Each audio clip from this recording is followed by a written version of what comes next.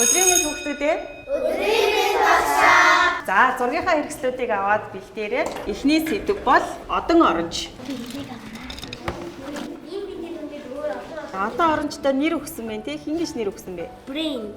Энийг Зака гэдэг од нарыг харж байгаа. Энэ бол Эрика. Дараагийн зураг сэдв бол нисгэгч.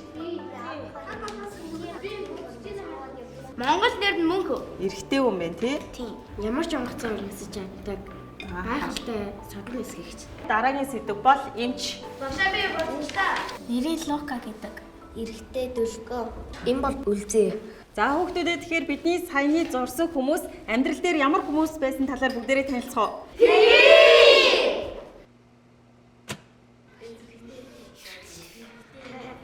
За Монгол улсын хамгийн анхны одон оронч бол энэ Нинж ядгар гэдэг эмэгтэй байсан байна. Монгол улсад одон орон судлалыг хүрээлэн байгуулах том шийдвэрийг гаргуулж чадсан мундаг эмэгтэй юм байна. За багш нь та нарт танилцуулах дараагийн хүн бол Монголын хамгийн анхны эмэгтэй нисгэгчдийн нэг Будын Надя гэдэг хүн байна. 21 наснда үндэснийх баяр наадмаар шүхрээр буух үзүүлбэрийг маш зоригтойгоор үзүүлж байсан юм байна. Монгол улсын хамгийн анхны мис засалж бол Ичин хорлоо гэдэг хүн байна. Монгол улсдаа анхны мис засалж байгаа зогсохгүй мис заслын багш гээд олон анхны гэсэн тодтголыг нэмэгтэй авч ирсэн.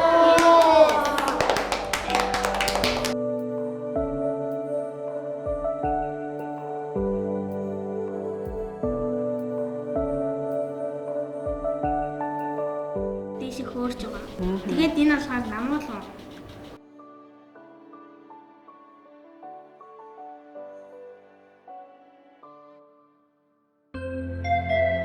Хамтдаа төрүүлж алхам.